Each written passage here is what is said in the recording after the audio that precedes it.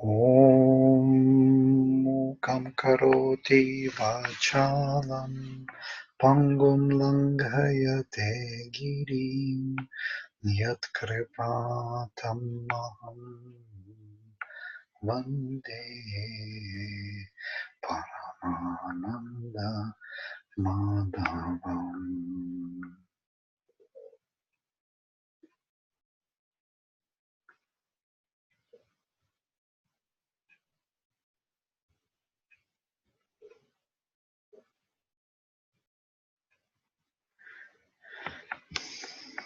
Okay, this was number 15.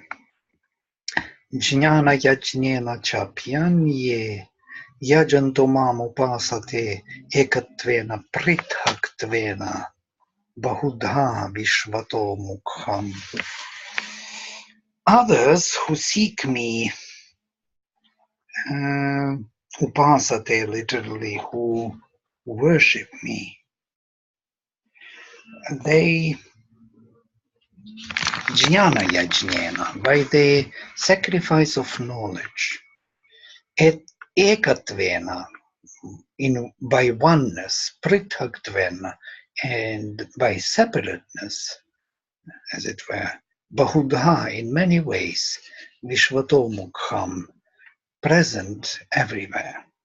So they worship me by Jnana Yajna. And this is a big question. What is the Jnana Yajna? The sacrifice by knowledge. So there is sacrifice by body, by the physical means. There is sacrifice by knowledge. There is sacrifice by love and devotion and dedication, by feelings. So all these sacrifices are different forms of the sacrifice. So the sacrifice by knowledge is considered to be the highest. It is also called Brahma Yajna, the sacrifice by Brahman, by spirit. It's quite interesting. We think something else about this, but when we learn the technique of Swadhyaya, we understand that it is something very concrete. The technique of Swadhyaya is described in Taittiriya Aranyaka. The whole chapter is dedicated to Swadhyaya. It is prescribed in a way that you have to read the text to yourself. So to say, the text which you know perfectly by heart, you read to yourself. It's quite interesting. Why should you read the text which you know by heart perfectly? You know everything what is there in the text. Now you will have to read it to yourself. It's like you know the verse or some poetry by heart, and then you read it to yourself, not for others, to impress others, but to impress yourself, as it were. Now, the technique prescribes this particular attitude. So you, with one part of your speech, you articulate the text, knowing perfectly by heart automatically, without mind participating in articulation. So the speech flows by itself, and the mind observes the flow of speech independently, as it were, standing as a witness, watching the flow of speech. So in between this mind and speech, between heaven and earth, mind is heaven and speech is earth, there is this prana, the field of the sacrifice, vayu pavamana, which is yajna as it is prescribed. So there will be a connection of a new experience. New experience will arise from observation of the text flowing perfectly without any interruption, which you know by heart, but you observe the mind independently. So this is a Swadhyaya. You become the altar of the sacrifice. You become the one in whom this new experience is taking place. The text which you know by heart does not mean that you know what it means. It's not activated, as it were. It is not your knowledge. The knowledge is always an experience. Yeah? And to get that experience, you have to run the text and see what it means. Sayana says that Swadhyaya is taking place through two means. There are three types of sacrifice: by the body, by the speech, and the mind. For Swadhyaya, we need speech and mind. And he says these are the foundations of every sacrifice. If you don't have the possibility to do physical sacrifice, kindle this sticks or put the flowers or fruits to the altar or anything of the kind, it doesn't matter, he says. What matters is that you read the text, knowing perfectly text, and understanding with your mind, observing the text. That is the sacrifice, not any other action. Sacrifice is taking place in the consciousness, not in outer, by outer means, by the outer body. Outer body is, a physical body is only to support it, to help it, to hold on to it, yeah? For the mind. But if you can do it by the word and the mind, that is the basic. But if you are not understanding the text, if you do not observe the flow of text, you know text by heart, but you don't know what it means, sacrifice is not taking place. So you may know very well mantras and read them all the time, but you don't know what they mean. So there is no real change of consciousness. The real change takes place through this observation of the flow of the word, of this text. On this particular practice, the whole Indian civilization is built. Yeah? This is the foundation of Indian civilization. It is through this text. That's why there are so many texts, and all of them are learned by heart. Why by heart? Because they are meant to be used for the sacrifice, for Swadhyaya. These texts have to be read to one's own perception, not for rituals, not for temples. So Taittiriya Aranyaka prescribes it in such a way that you have to find lonely place, clean, uplifted. You have to sit there, and when nobody sees you, nobody hears you, read the text to yourself.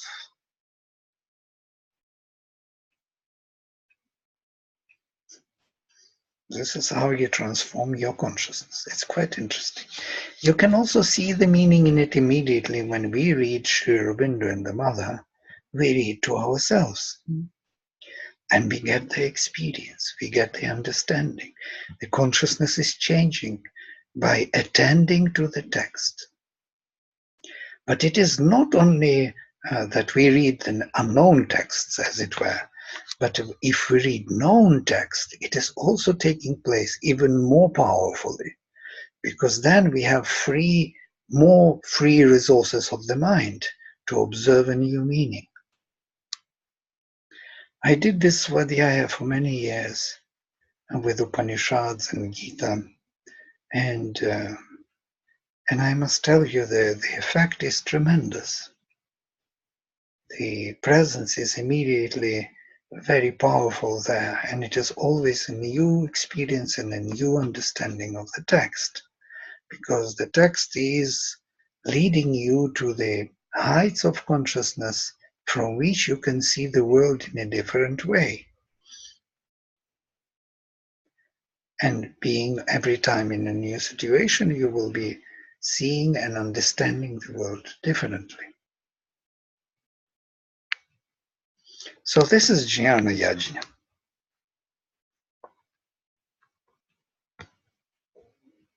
Or Brahma Yajna, or Svadhyaya. So some Others sacrifice by the knowledge, by knowledge, and worship me in that way, in as present in many ways, in kind of having many faces, Vishvatomukham, in many ways, Bahuda, Ekatvena, as one and as many. Aham Kratuch, number 16, I am Kratu, the power of creation. Aham Yajna, I am the transformation of this world by the Spirit. Swadhaham, I am the exclamation Swadha. When the oblation is made, there are two exclamations, Svadha and Swaha. We have two sisters, by the way, in Auroville, named Svadha and Swaha, Frenches. Swaha is our neighbor. Svadha means self-established. Swaha means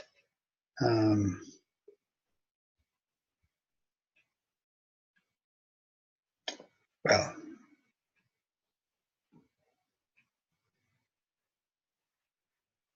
there is no meaning in it. I'm trying to get meaning. Svadha is clearly Dharut, Swa, oneself. But Swaha doesn't have that.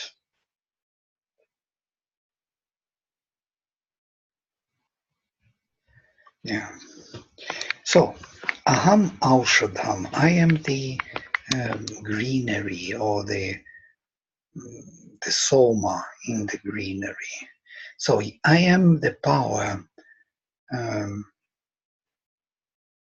sacrifice, the here in the text food oblation. Svadha is exclaimed when the oblation to the Pitris, to our forefathers, is made. So every time they offer these pinda is these rice cakes to the Pitris, to our forefathers, into the fire, or make an oblation, they exclaim Svadha. But when they offer it to the gods, the oblation of Soma, they exclaim Swaha. So there are two major oblations, to Pitris and gods. And as we know, this is our Pitriyana and Devayana, our left and right path. Yeah? The two major ways of our growth of consciousness. One is through the Pitriyana, through our body, mind, and life, and other through our soul development, Devayana. One is leading us to the moon, and the whole moon calendar and all the nakshatras are there, and other leads us to the sun, and all the grahas are there with the sun, our solar system. So we have sun and moon calendar because of these two, Svadha and Swaha. So it's a very complex, complete system vision of how the sacrifice is made, how the transformation is taking place.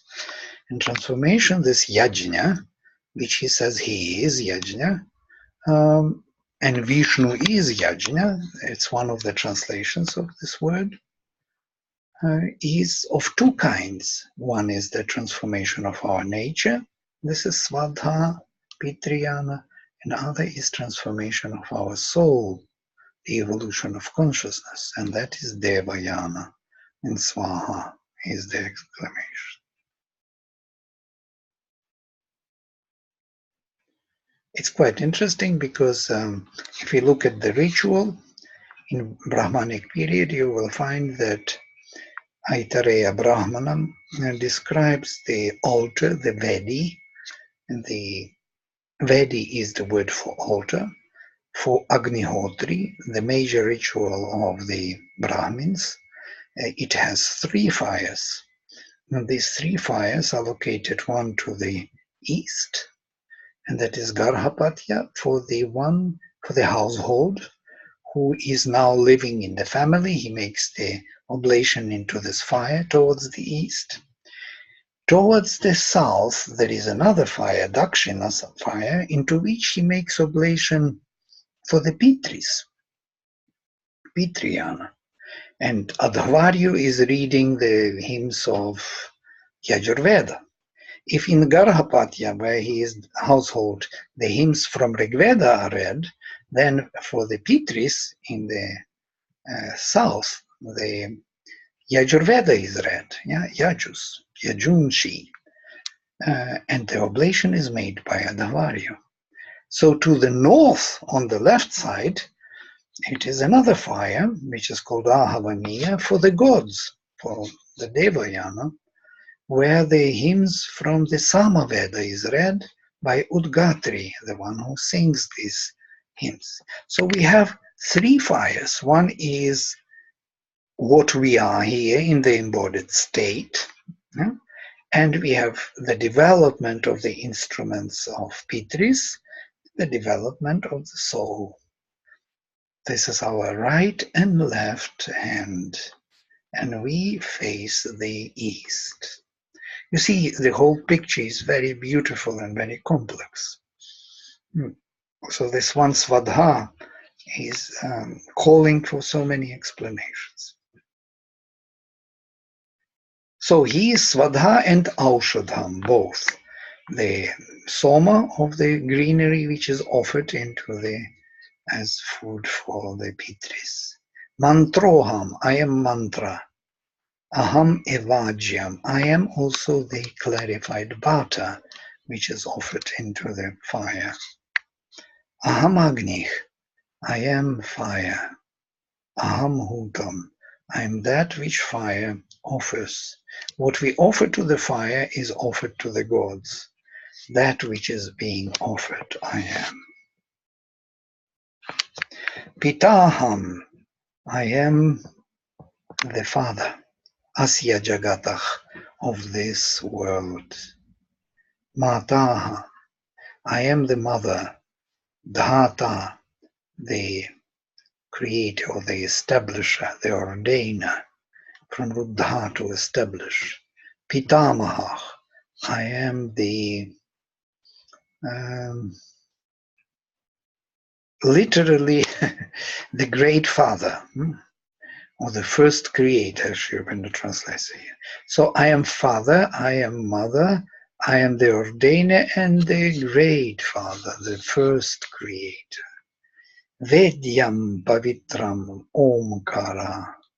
I am also the syllable om, or this purity which is to be discovered, known.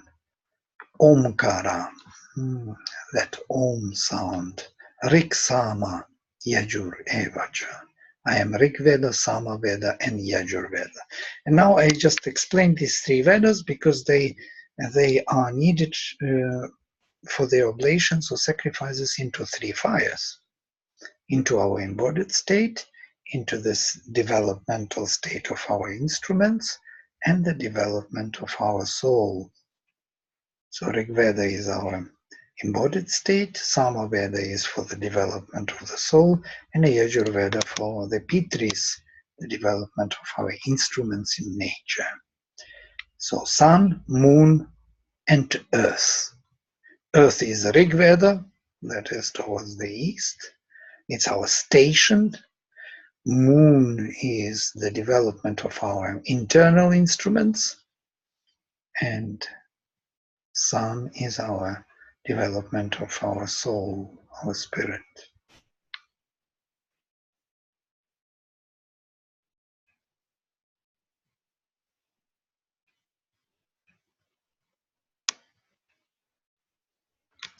All right.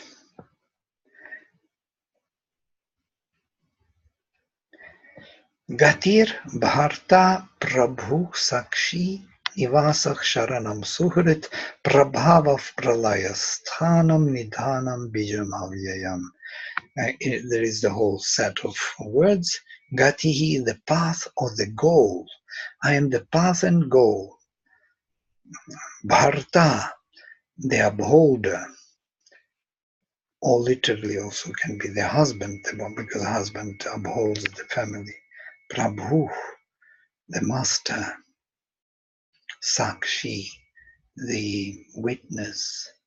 Nivasah, the dwelling place. Sharanam, the refuge or the protection.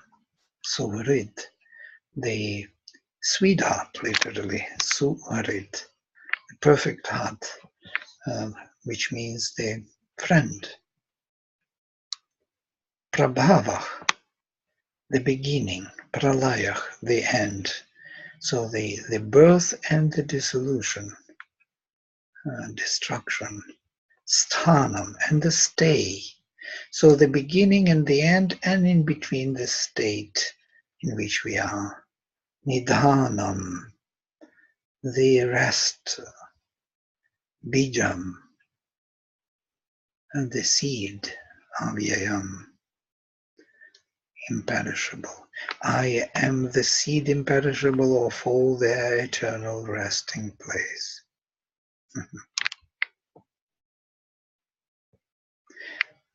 So it can always start. Every time it can start a new new creation, because he is the eternal seed. So he is not afraid to restart, to reboot the system.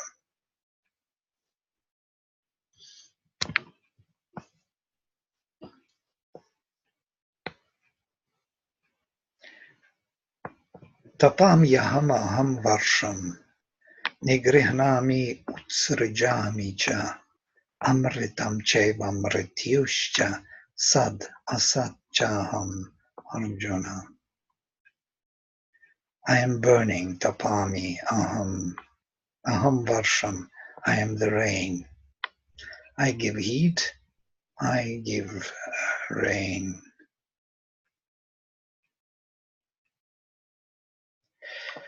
Nigrihanami, I withhold, utsrajami cha, and I release, send forth.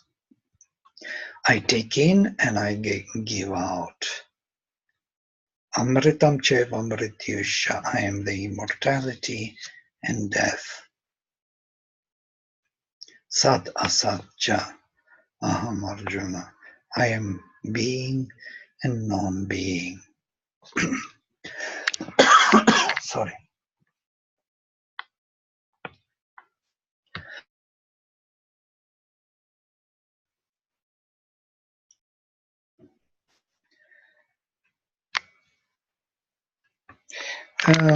He's coming close to his 10th chapter.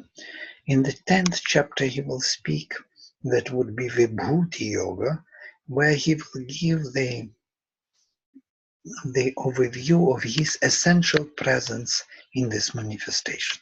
Here he already begins with this, that I am burning and I am cooling, that I am taking in and I am giving, that I am immortality and death, that I am existence and non-existence, both. He begins this kind of thinking that he will give us a proof of his presence in manifestation. And it's quite interesting because he will be speaking in this way, that he is the heat in the fire and the light in the sun. What is this heat in the fire? It's a concept. It's a mental concept. How do we know that there is heat? Yeah, this is him there. How do we know that there is light? Yeah? Because there is light after all, and we can see. So that seeing is him. That heat in the fire is him. Yeah? So we never thought of that. We think that the heat is just a consequence of the result of cause of the fire. Yeah? But truly speaking, it could be just the opposite way. The fire is because there is a heat in there. And the sun is there, the light, because he sees, he is the vision.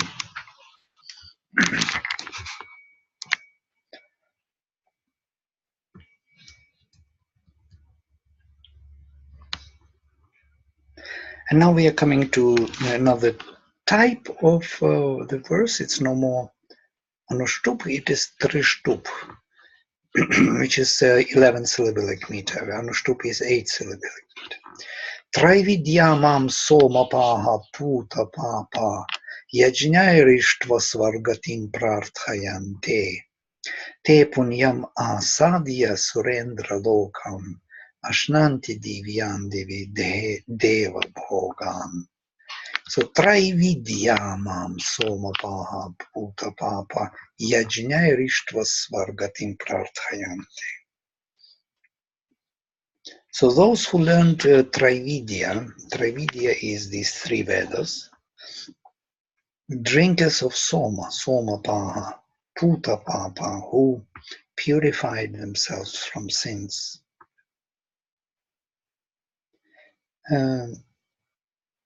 sacrificing by the sacrifices, Yajnairištva, having sacrificed by Yajnas.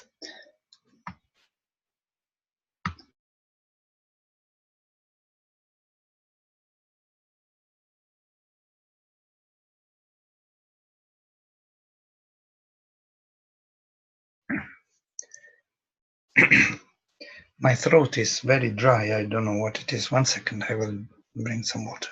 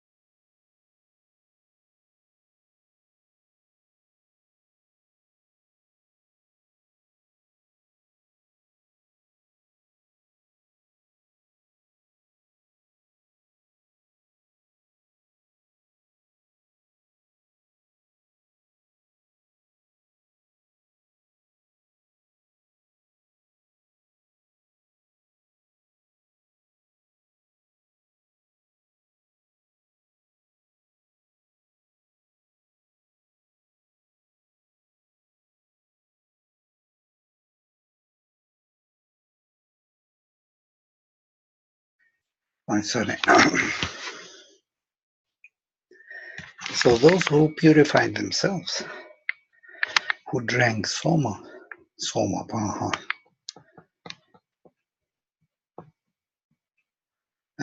Trividya, who learned 3 Vedas, Yajnairištva, having sacrificed by the sacrifices, Svargatim Prarthayante, they ask me or beg me, Mom, about the heaven.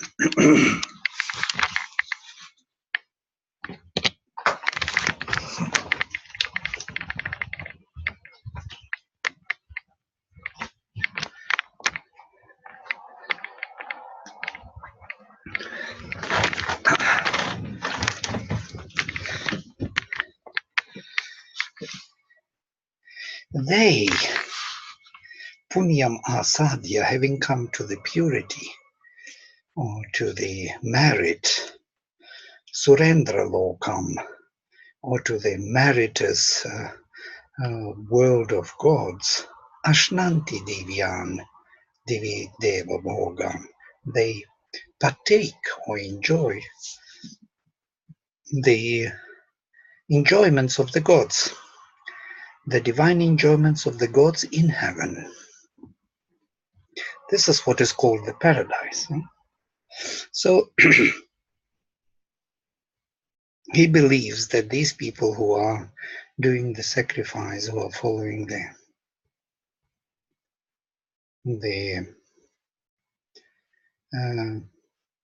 the religious path of the sacrifice, and calling always to of asking him about heaven, they go to heaven and enjoy there the gifts of heaven.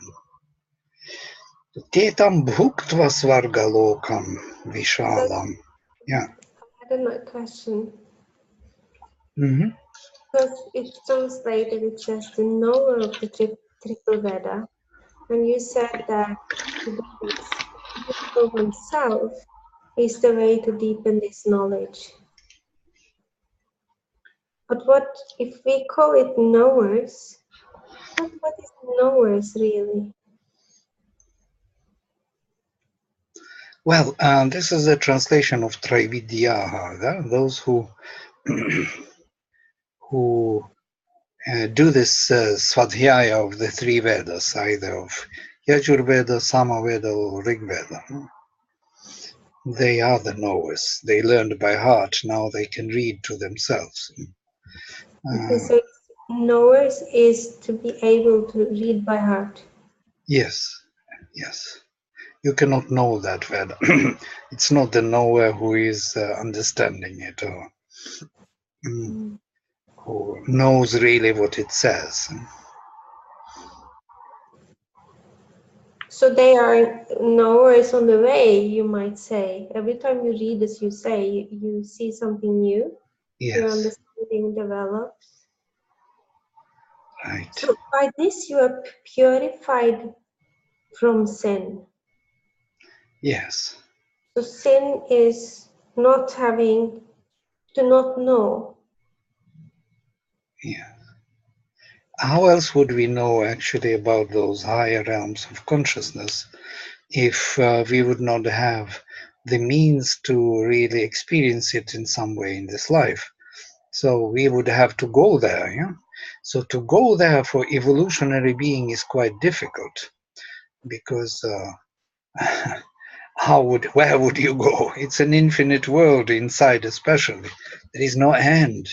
You can go anywhere. You can be lost any way, So where to go, where to grow, how to grow? To grow means to change your consciousness, to change your being, to change your instruments. How can you do it? It's nearly impossible, or it's very difficult, or you have to be someone exceptional. So these rishis who are exceptional, they made the texts from those levels of consciousness, reading which now we may have a glimpse of that experience in which they stood, they realized. So they are kind of helping us all to go to those levels. They are kind of, the leaders, those who put in front, who lead us on the way. As Sri Aurobindo says, these rishis are still there, ready to assist us anytime, ready to assist us in our journey. These are the forces, spiritual forces of humanity, who are here to help us to travel this path. So the texts are those key holders, or the path indicators, or even vehicles, as Rishi would say, that Rigvedic hymns are the vehicles, like a carpenter builds the chariot, the same way the Rishi build the hymn to uplift the consciousness of the reader. So it drives you up. It's like an aeroplane or a rocket, which drives you to the place you want to come. So that is the. You say they built him. That is quite an interesting view on it, that they were building something. which is embedded in the words. If you Yeah, build something, then it has to have some principles and faith and essentials to create this path. What are these essential principles? of course they use our mind and speech, which belong to our world, yeah? And they have to use these, otherwise these vehicles would be useless for us. If they would express themselves differently in some unknown language or unknown kind of expression to us, so what would be the use for us? We will not be able to join the movement and grow in consciousness. So that's the principles. There is certain logic, there is certain grammar, there is language. All these things are there, but they work for different purpose and they express different levels of consciousness. That's what Sri Aurobindo was doing with the English language, in Savitri. He used the normal English language and put into it totally different spirit, made it a vehicle for upliftment of consciousness. The same as Vedic hymns.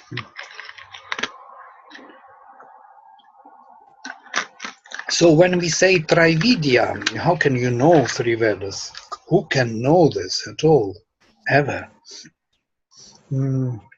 These are the vehicles, yeah? These are the helpers to uplift the consciousness.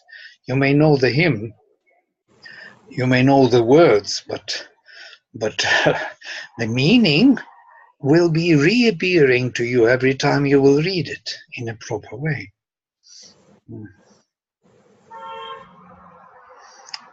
Is it a way of building stone by stone, so to say, when you read the Veda, when you read for yourself? It's an elaborate building. It's in a way, yes, it's a path. It's a long path towards transformation. It is described like a path. Yeah? It is said that man is an ever advancing pilgrim. We are always on the way. Now these vehicles, these hymns, are the helpers. They are reconnecting us with the higher consciousness so we can get closer every time. So the whole system becomes changed, and that is the sacrifice, that we are changing step by step, and by that we are coming closer and closer to that realization. And by one of those hymns or a few of those hymns, you can travel the whole path, because they are, how to say, indicating the achievement which we have to achieve, and we are so far away from it, but they are kind of correlating our direction. They are directing our movement. So we go not there and then there, but we go kind of straight. Every time we go like this, yeah, it is faster than we will go God knows where, searching for that thing. So they are kind of directing us in a way that we will have a proper alignment with the truth, and that alignment gives us opportunities to see the world differently and to know the true answers. This alignment is everything. Once we have it, we can discover truth ourselves. We don't need to have it from somebody else. And actually, every truth which is given to us from someone else is of no use to us. It becomes a dogma. It's not our thing. Actually, it stops us on the way because we believe in dogma. This is a big topic, by the way. Rishis were also dealing with it. They were speaking about this. They spoke about the word of the new and the word of the old, the crooked and the straight word. The word of old, which is used as dogma, as I understand, yeah, becomes crooked. It becomes an obstacle to discover the truth. The truth, which becomes dogma, becomes an obstacle. Is it that we call it a dynamic truth? Yes, dynamic truth is what we need. We need constantly truth applicable to a particular moment of time. It is always different, and at the same time it is always the same. The Satyam, what is the same, but the dynamism of its unfoldment, of its revelation, is always different. If we don't take that into account, we become dogmatic. We take static truth as a final truth and impose it on everyone and make everybody suffer. In the name of the truth, the worst crimes were made. And that is the suffering which we create by the static truth, by dogma. Look at Christian church, or what was there in Spanish Inquisition. French also, they suffered so much from it that Napoleon had to come and to destroy that system, because there was no other way to get out of it. Can you imagine how powerful it can become? There was a truth, but the truth was used dogmatically. All these Soviet Union, its dogmas, imposed on people, when people suffer from that. Every dogma, every word of truth from the past becomes a dogma if it is not dynamically applied. The word of new has to be. That's why alignment is more important than what is said. The rishis, what they say in the Veda, in the hymns, are actually vehicles. They are not the truth, static truth. They are vehicles. They are engines. They are fuel for us to join the truth in our moment of time. Yeah? And it will be always different. It will be always subjective. You will have different expressions than me and anybody else, and it will be recognized as true. How? I don't know how, because we recognize somewhere the truth. How would you agree that I have my own kind of revelation? It's very difficult to say. Some people may disagree, but they would feel there is something there. This sincerity, honesty, these elements immediately appear. This dynamism, since there are so many different truths, so say, on the way, different angles to see, then it must have to do with me as the one I am, or my soul. Of course, absolutely. It's very subjective and very unique understanding which you may have and nobody else would have. And that is the beauty of this, because you can share it with others and it will only enrich the experience of others. So we kind of are creating this dynamism then by Exactly. Yajna, the sacrifice, is the creation, which was never before. The sacrifice is constant transformation of this fallen self into a new self, which was never there before.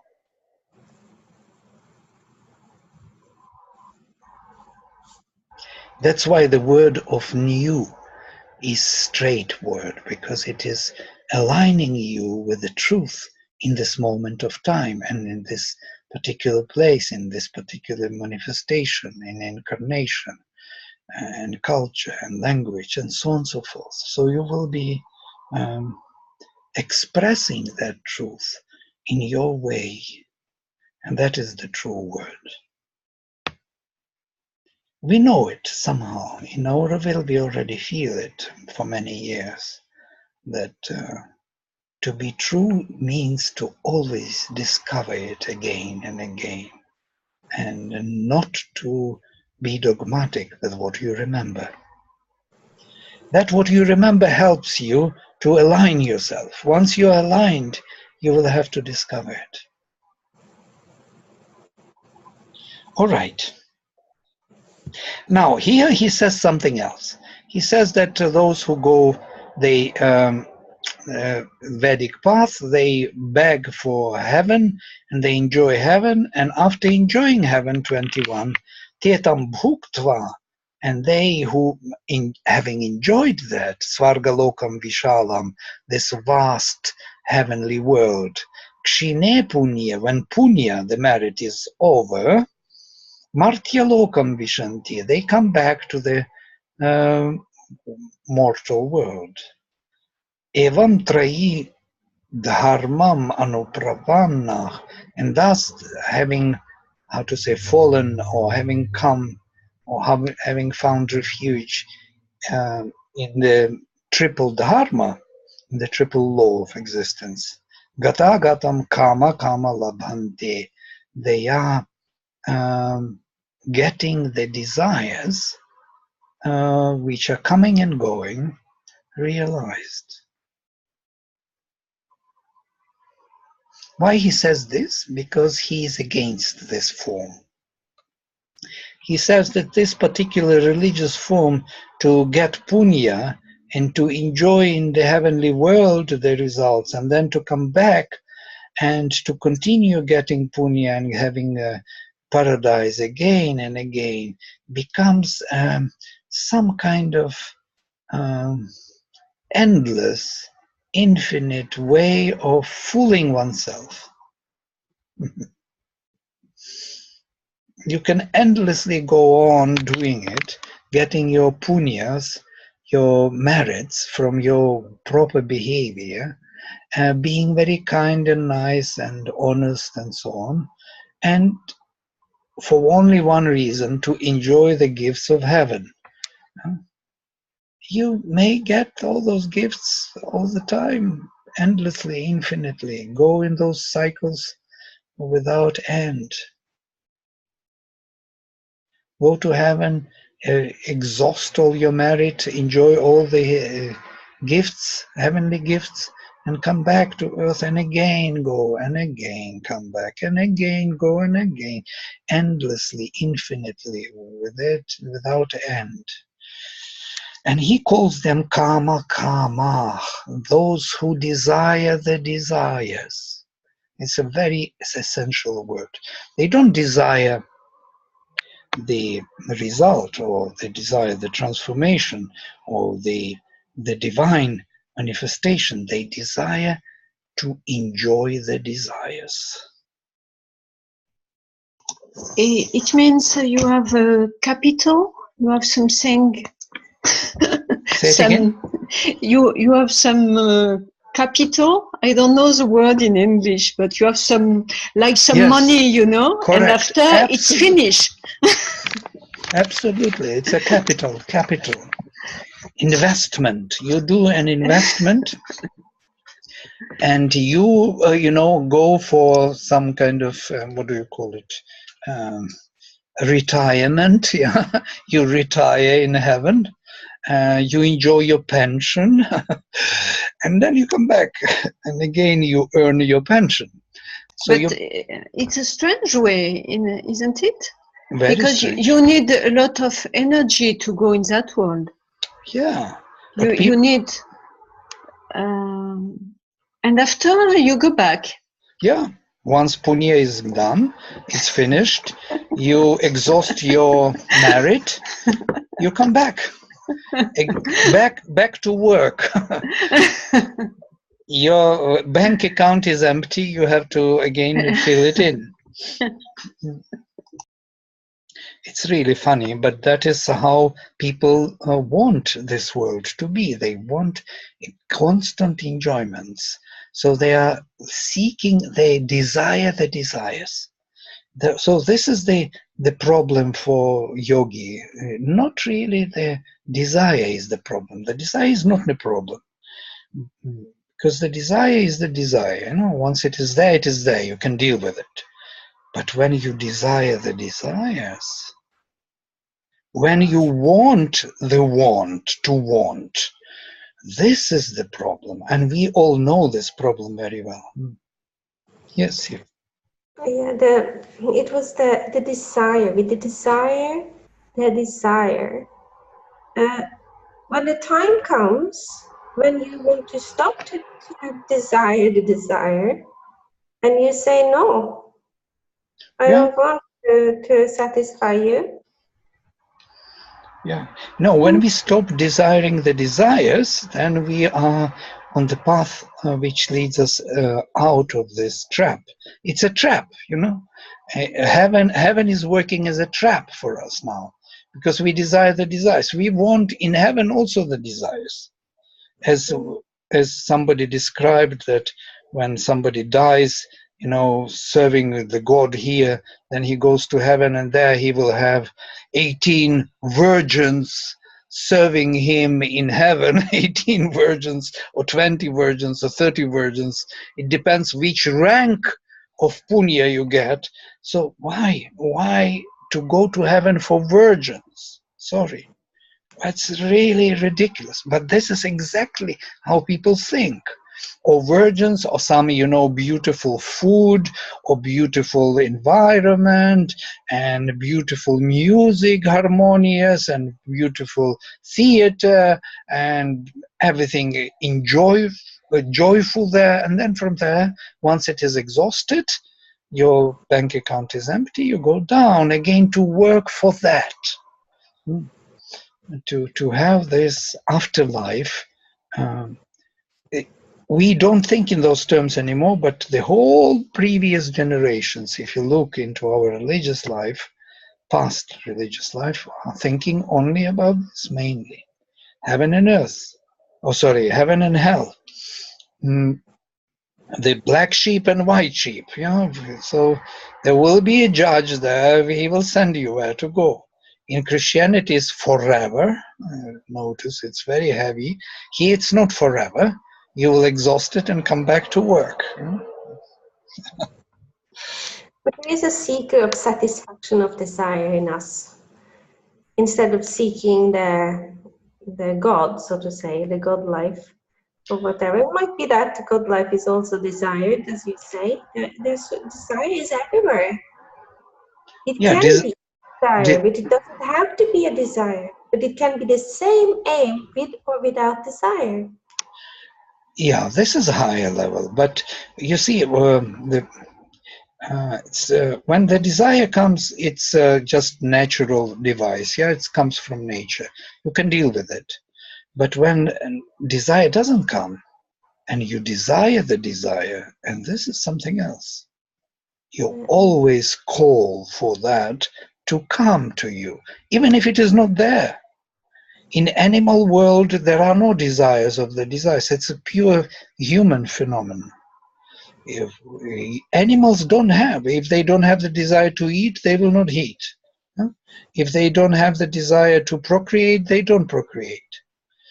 But humans, they are very different. They want the desire. They want to eat not because they are hungry. They want to procreate not because they want children. You know? They will seek the satisfaction of the desire as the aim of life. Animals don't do this.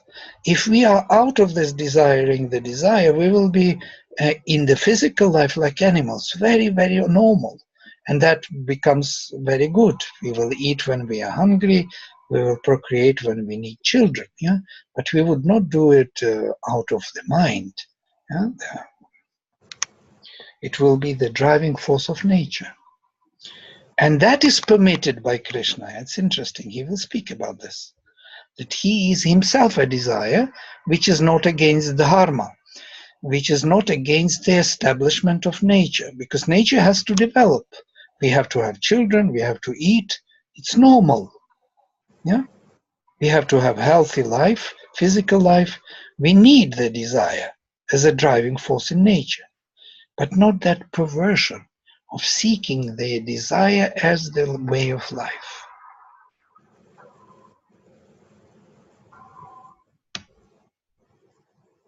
It is really somewhere there is a key here. If we get it, I think, really get it, we will be able to get out of this dilemma. Because asceticism, from other side, asceticism, is another problem, because you want to deny everything, every desire. You want to kill everything, yeah? But you should not. That's the problem. So once you claim purity from desire, you kill the whole drive of nature, which is not going to work. So the desire will knock again into your doors, and you will fail to the nature, and then you will again want the desire. So the aim is actually to be able to regulate the desire for higher purpose? Exactly.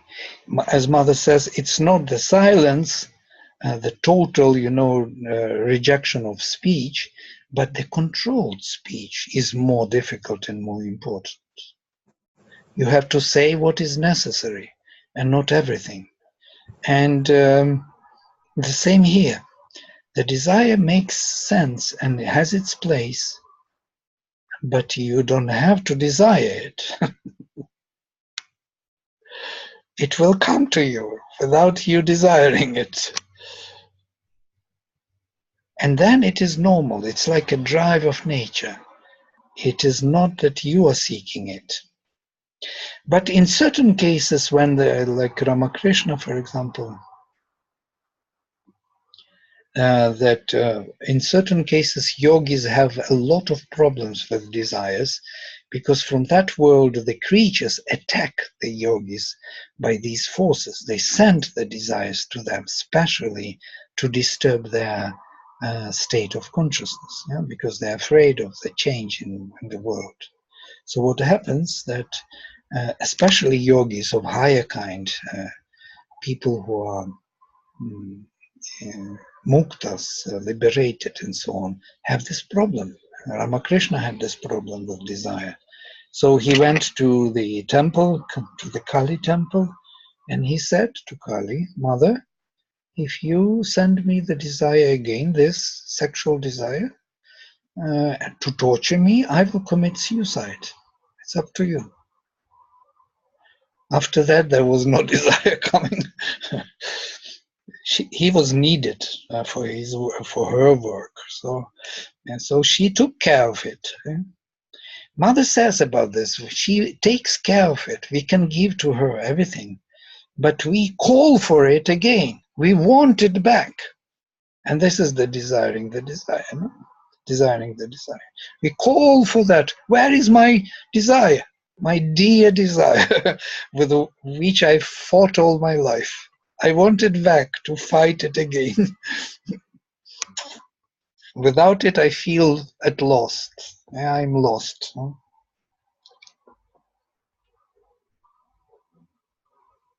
So this word karma, desiring the desire, is really a key word. Such a small, simple word. Wanting the desire. Many people even can't imagine that this life can be without the desire. It doesn't make sense to them. They think that this is totally a waste of life. It's like being dead or something. You don't have the desires. Huh? You don't enjoy food. You don't enjoy life. They think, if you don't have the desire. But when the desire is gone, for the first time, when you have that enjoyment of purity and happiness without the desire, it's like you are cured from the long, long disease. The desire is like a disease which became part of our identity. The sick person, the ill person does not know that he is ill anymore. That ache he has became part of his identity. And suddenly that ache is gone. And you don't know, it feels very weird. You can live without the desire and enjoy life and yourself without it. And the enjoyment is pure and beautiful and peaceful and fearless. There is no more fear. Fear is the result of the desire. Without the desire, there is no fear. So it's a big topic. Okay, oh, I'm 9 minutes over, sorry. I'm happy that you're asking questions, and because usually these are the topics to be discussed for us. This is our small Svadhyaya. But why he says this all? Because the last this he will say, Ananyascha chintayanto mam, and those who think about me and not otherwise, and not anything else, ye janah paryupasate, and worship me. Tesham nityabhiyuktanam, to those who are constantly connected with me. Yoga kshemam vaham yaham. I bring this yoga kshema,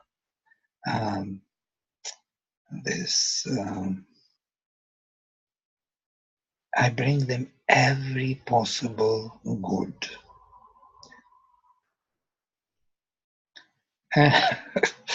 Right. So if we learn to depend, as Mother says, only on the divine, so because she describes surrender very beautifully, it's a decision to depend only on the divine and live only from the divine decision. So it's kind of you just entrust yourself into the hands of the divine. Then the divine is in charge of your life and has to take care of you. Otherwise, you are in charge. You decide what to do. So, all right, we stop here. Okay, I will close with mantra. Om Sarve Bhavantu Sukhinaha Sarve Santu Niramayaha Sarve Bhadrani Pashyantu Ma Kaschit Dukkha Bhag Bhavet. Om Shanti Shanti Shanti. Hari Om. All right. Okay. See you then.